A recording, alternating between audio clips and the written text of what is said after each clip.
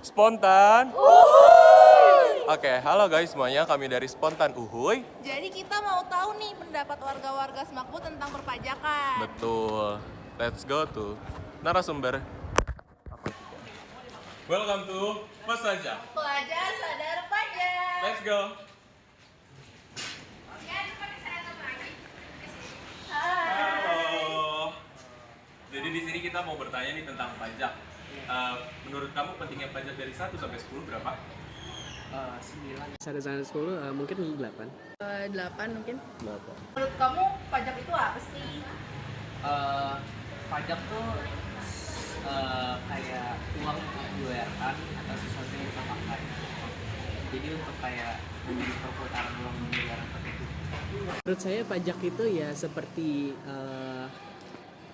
biaya per bulan. Kayak kalau contohnya dari motor nih, motor kan ada STNK. Nah STNK itu biasanya dari pemerintah yang menjaganya. Nah itu tuh setiap bulan kita harus membayar kan untuk menjaga identitas kayak gitu.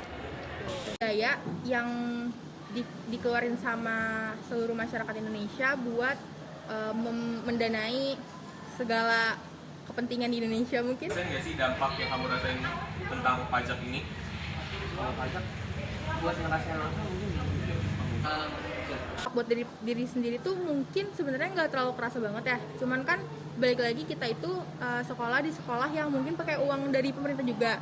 Jadi mungkin ini juga sebenarnya salah satu dampak dari pajak atau kayak keuntungan dari pajak yang kita dapat juga sih. Halo semuanya, perkenalkan di sini kami berdua sudah bersama Pak Irfan selaku unit pelayanan publik di SMK Semak Bogor. Kalau yang saya tahu sih pajak itu seperti kontribusi ya, baik dari perorangan ataupun badan yang dibayarkan atau disetorkan ke negara. Yang saya tahu sih memang sifatnya itu memaksa karena sudah diatur dalam perundang-undangan.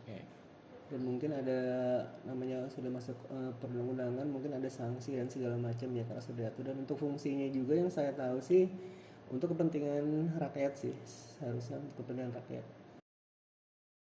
Iya memang itu kan istilahnya salah satu apa ya bisa dibilang devisa terbesar ya buat negara gitu kan, selain dari hasil ekspor atau segala macam ya penghasilan terbesar itu dari pajak sih untuk negara itu.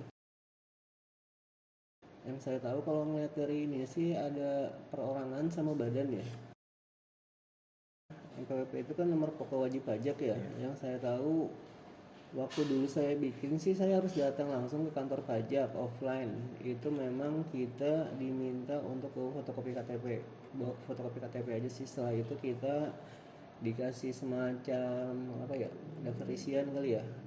Daftar isian yang harus untuk pengajuan NPWP. Tapi nggak tahu yang saya tahu sih kesininya sih itu bisa dilakukan secara online sih. Saya denger sih biar lebih mempermudah ya. Tapi balik lagi sih maksudnya kayak gitu itu pasti ada kelebihan ada kekurangannya ya, semuanya juga sih. Yang saya tahu sih biasanya itu bisa dilakukan offline atau online. Biasanya sih misalkan nih, kalau misalkan saya bayar pajak motor lah, saya paling nanti ditanya STNK sama KTP. Kalau saya bayar PBB itu paling nanti dibawa kayak kopian apa ya, sertifikat atau NJOP-nya biar bisa dihitung langsung oleh bank. Tapi biasanya sih begitu kita nyebutin misalkan kalau kayak plat nomor nih, misalkan nomor plat nomor saya sekian itu langsung tinggal diketik juga nih muncul sih besarannya berapa yang harus dibayar. Dan kita pun bisa ngecek sendiri juga sebenarnya, jadi untuk lebih konfirmasi aja sih kesana. Saya tahu sih memang harus datang sih, soalnya kan kita untuk cross check juga ya. Misalkan nih kalau kayak pajak motor kita telatnya berapa hari atau berapa bulan, takutnya itu kan ada beda perhitungan gitu untuk denda yang tersebut gitu. Jadi kita lebih baik memang cross check ke sana sih sebenarnya.